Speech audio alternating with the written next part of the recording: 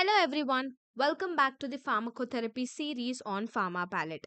In the previous video, we have completed the main drugs of heart failure.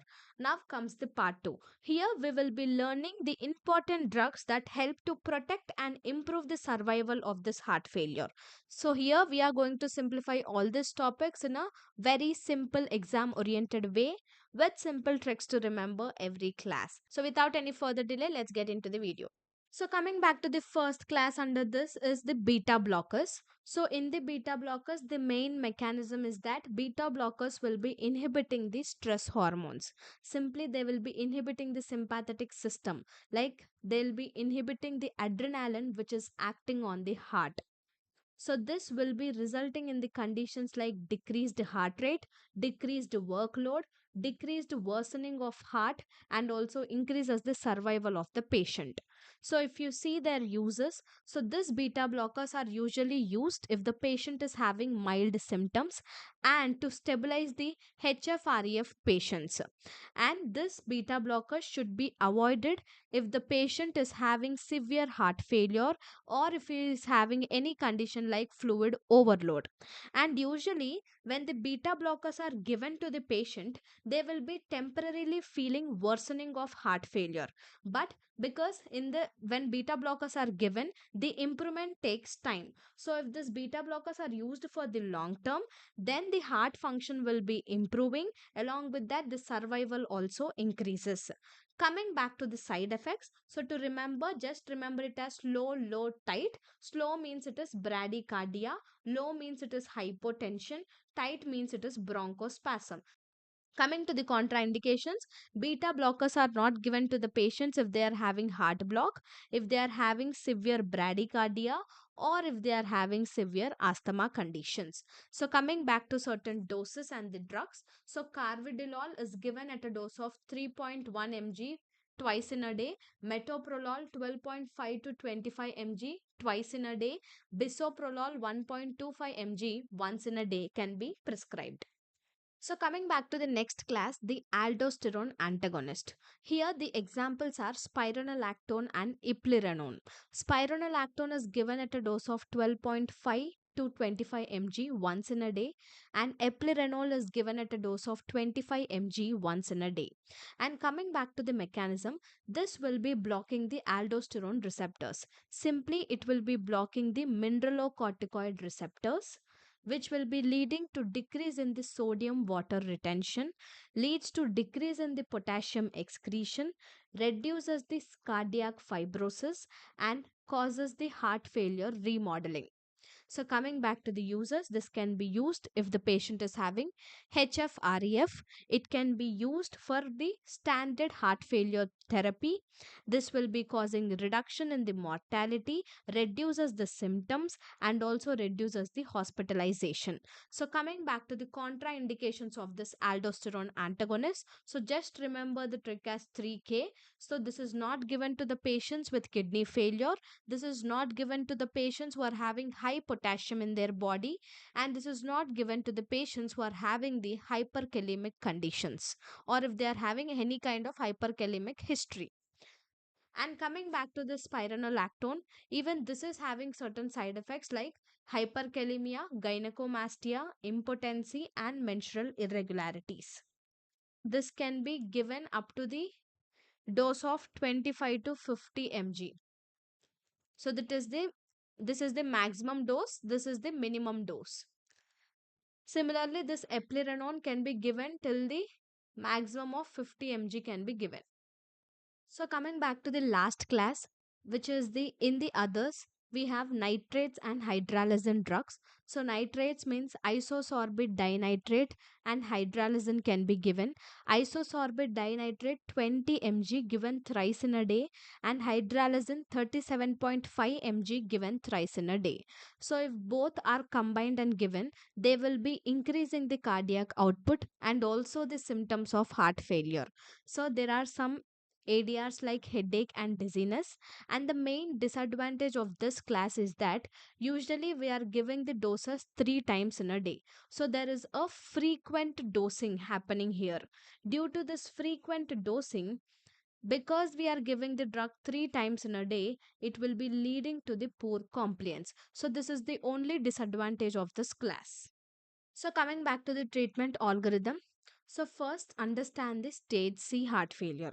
So you know that in the stage C heart failure there will be a structural heart disease and also symptoms of heart failure will be there. And when stage C failure occurs, the main goal is to reduce the symptoms, hospital admissions and to increase the survival. So what we'll do at this condition, we will be starting with two main drugs. So that is AC inhibitors and ARBs. Where AC inhibitors means all prills and ARBs means all sartans you will be giving. So what will they do? They will be relaxing the blood vessels, they'll reduce the workload on the heart and prevents the heart remodeling. And next thing is the guideline based beta blocker. So evidence based beta blocker is given. So here which drug you can take? You can take carvedilol, bisoprolol, metoprolol, succinate can be given. So GDMT beta blocker will be given. So this is coming under class 1 and evidence A. So what does these beta blockers do? They will be slowing down the heart rate. They'll protect the heart from the stress hormones and they'll improve the survival. And next one is the step 2. So what happens if the fluid overload occurs in the body? We will be adding the loop diuretic. Loop diuretics means all furosemide, bumetanide, etc. drugs will be given. So when do you give this loop diuretics? When there is swelling in the body, when there is lung congestion or edema conditions, this loop diuretics will be given. So this usually removes the extra salt and water from the body. So that comes under the class 1 and evidence C. So that is the second one. Coming to the third one. So even after giving the loop diuretics, if the symptoms are not treated, at that conditions you will be adding some more life saving drugs so that you can prevent the symptoms. So first one in that is the aldosterone antagonist. So aldosterone antagonist means you will be having spironolactone and eplerenone. So usually this will be blocking the aldosterone. They prevent the remodeling and reduces the mortality. So this will be used only if the kidney function is okay and if there is no potassium high. And next one is ARNIs. ARNIs like sacubitril and valsartan together is given, that comes under class 1 and evidence BR. And here what is there? Sacubitril will be increasing the natriuretic peptides. Valsartan will be blocking the angiotensin 2. And next one is will give isosorbate dinitrate. Isosorbate dinitrate is mainly used for the African or American patients. So it can be used in those patients if the symptoms are persistently continuing. Isosorbate dinitrate can also be given to the patients if they are not tolerating this AC inhibitors or ARBs. And next comes the ivabradine drug.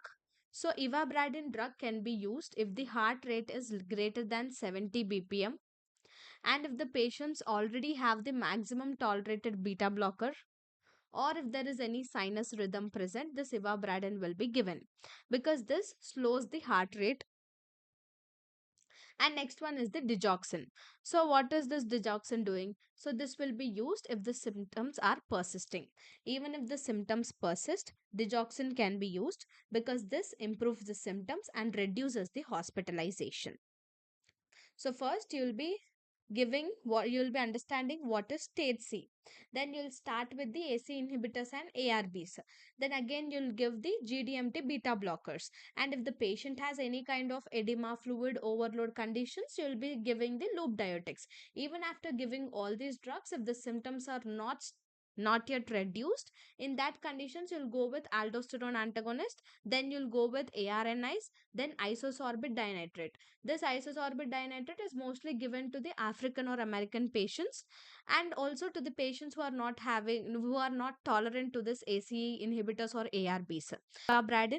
So ivabradine is given only if the heart rate is greater than 70 bpm, and next is digoxin is mainly given to reduce the symptoms and this will not increase the survival. So now we completed the complete pharmacotherapy of heart failure. If you understood the flow of the treatment, heart failure pharmacotherapy becomes much easier. So just remember, every drug is trying to remove the excess fluid, reduce the workload on heart, or it is preventing further damage to the heart. And don't worry if it feels difficult in the beginning. So pharmacotherapy becomes easy with repeated revisions and concept clarity. Keep learning consistently and trust the progress. If you found this video helpful, don't forget to like, share, and subscribe to Pharma Palette. See you all in the next video. Thanks for watching.